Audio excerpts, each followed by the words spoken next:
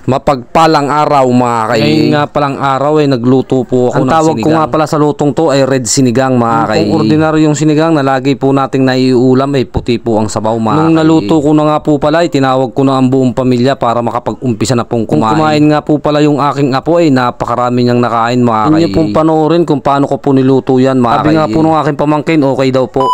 Pinili po nating parte ng baboy ay medyo may taba at laman mga kay. Ang atin namang gulay ay labanos at pati po yung meron kangkong. Din po tayong siling green. Hindi po mawawala ang ating kamatis. Yung kamatis po ang magpapakulay ng ating sabaw mga kay. Para lalo pong kumulay ay lalagyan din po natin ng tomato sauce. Maganda po sana ay tomato paste kaso wala po ako kaya tomato sauce na lang po ang aking ilalagay. Siyempre may sibuyas at bawang din po yan mga kay. Nung goods na nga po pala ang ating mga gagamitin sa ating pagluluto ako po ay nagpainit na ng ating kawali. Mainit na nga po pala nilagyan ko na po ng mantika. Po yung mantika, sinyalis na po na pwede na po tayong mag-gisa mga kay. Kaya po akin ang ginisa ang sibuyas bawang. Tapos nga po igisa yung sibuyas bawang, nilagay na rin po natin yung ating kamatis. Nung nilagay ko na nga yung kamatis ay dumapa na siya, ibig sabihin luto na po siya. Nilagay ko na po yung ating nasangkot karne. Siya na nga po natin yung karne, nilagyan na rin po natin ng tomato sauce. Pagkalagay ko nga po ng tomato sauce, pinalo ko lang po ng papagay. Kung ayos na po ang ating pagsasangkot siya, ay nilagyan ko na po ng sabaw mga kay. Pagkalagay ko ng sabaw ay tansyahan na lamang po mga kay. Nga palang sabaw na nilagay ko ay okay na po yan sa akin. Yung ating karne naman ay medyo matigas pa kaya yung sabaw niyan okay lang po, mababawasan pa yan. Atin po munang tatakluban para mabilis pong lumambot. Nga po ang ilang minuto ay akin pong binuksan at nilagyan na natin ng pampalasa yung asin po mga kay. Kung ang trip mo ilagay ay patis, okay lang din po yan, goods na goods po yan mga kay. Pagkalagay ko nga po nung asin, akin pong uling tinakluban. Pagkalipas nga ng ilang minuto uli, akin po uling binuksan. Nung akin pong tinignan yung ating karne, medyo malambot na po kaya nilagay ko na po yung talong. Yung palang talong ay nakuha lang po doon sa taniman ng pragras. Yung bayaw ko kasi may ilang pirasong tanim na talong mga kay. Pagkalagay ko nga po nung talong, nilagay ko na rin po yung 3 pirasong sili natin mga kay. Isinunod ko na rin po yung ating labanos. Yung ating pong karne ay malambot na. Luto na rin po yung ating labanos at talong. Kaya susunod na po nating ilagay yung ating kangkong mga kay. Akin lang pong pakukuluin para po maluto naman yung ating naman kangkong. Pong kangkong ay napakabilis lang naman pong lutuin yan mga kay. Nung luto na nga po yung kangkong, nilagay na po natin yung powder nating pampaasim mga kay. Yung nga palang pampaasim natin, itago na lang natin sa pangalang Nor mga kay. Siyempre bago po ang lahat, tayo po ay magpapasalamat sa ating Panginoon. Maraming salamat po Panginoon sa bagong biyayang pinagkaloob mo sa amin sa araw. Maraming salamat din po mga kay sa inyong walang sawang panonood sa aking mga hanggang video. Dito na lang po ang